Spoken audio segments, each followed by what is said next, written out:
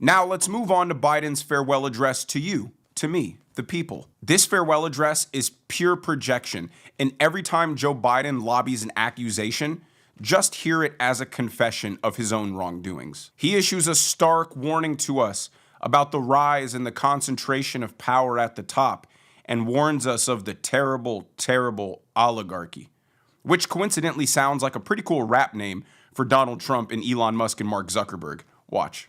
I want to warn the country of some things that give me great concern. This is a dangerous concentration, and that's a dangerous concentration of power in the hands of a very few ultra-wealthy people. The dangerous consequences if their abuse of power is left unchecked. Today, an oligarchy is taking shape in America of extreme wealth, power, and influence that literally threatens our entire democracy, our basic rights and freedoms, and a fair shot for everyone to get ahead. We see the consequences all across America, and we've seen it before.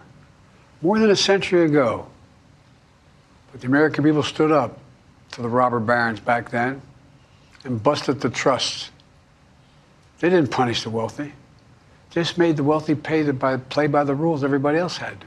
It's so rich, no pun intended, that he's attacking Trump for having Elon Musk support him as if it's some oligarchical government. Kamala Harris and the Democrats literally raised $1.5 billion to Donald Trump's $300 or $400 million. And if she lost the popular vote, do you think that came from the people? Of course not. The Democrats' rich donors are the ones who unilaterally made the decision to kick Biden off the ticket and reinstall Kamala Harris as their puppet. Even after all the newfound support Donald Trump has gotten with the tech billionaires, there are still 2 billionaires who are Democrats to every one that's a Republican. A majority of people who make over $500,000 a year are Democrat-leaning. That's why their policies weren't focused on helping the average person or couldn't even relate to the average person. They were more concerned with luxury issues that made them feel morally superior, like DEI and critical race theory. George Soros, a die-hard Democrat supporter, is infamous for his dark money involvement in politics across the world. He is largely responsible